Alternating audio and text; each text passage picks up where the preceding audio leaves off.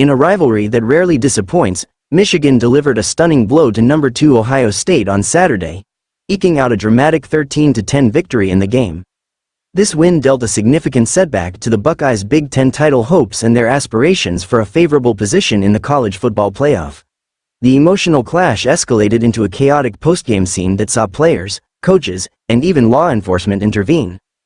The decisive play, the game's decisive moment, came with just 45 seconds remaining, as Michigan kicker Dominic Zvada nailed a 21-yard field goal to break a 10-10 tie. The Wolverines' defense then held firm, preventing the Buckeyes from advancing on their final drive. Ohio State, hindered by a lack of timeouts and offensive momentum, failed to achieve even a single first down in the game's closing minutes. The victory marked Michigan's 4th straight triumph over their bitter rivals, a feat not achieved since the early 1990s. For Ohio State head coach Ryan Day, the loss was a bitter pill, further deepening his struggles against the Wolverines. Since taking the helm in 2019, Day has managed just 1 win in 5 matchups against Michigan.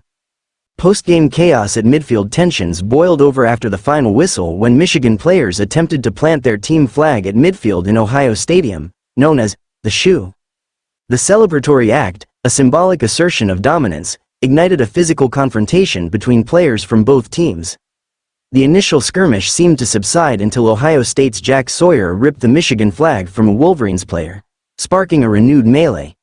The situation escalated to such an extent that police officers from multiple agencies deployed pepper spray to disperse the players and restore order. In a post-game statement, the Ohio State Police Department confirmed the use of pepper spray, noting that the incident would be investigated further. During the scuffle, multiple officers representing Ohio and Michigan deployed pepper spray, the statement read. Ryan Day responds. Addressing the altercation, Ryan Day expressed frustration over the loss and the ensuing chaos. "This is our field, and while we're embarrassed about the loss, we have prideful guys on this team who weren't going to let that happen," Day said, referring to Michigan's flag-planting attempt. Offensive struggles defined the game. The highly anticipated showdown was a defensive battle from start to finish. Both teams struggled offensively, combining for just 486 total yards and 29 first downs. Michigan managed only 62 passing yards on 16 attempts, while Ohio State quarterback Will Howard completed 19 of 33 passes for 175 yards but could not sustain drives when it mattered most. The Buckeyes' rushing attack was similarly stymied, totaling just 77 yards on 26 carries. Turnovers further plagued both teams, with each quarterback throwing 2 interceptions. 3 of the 4 turnovers occurred in the red zone, squandering critical scoring opportunities. Michigan's Davis Warren made one of the costliest mistakes, throwing an interception at the goal line that was snagged by Ohio State's Jack Sawyer.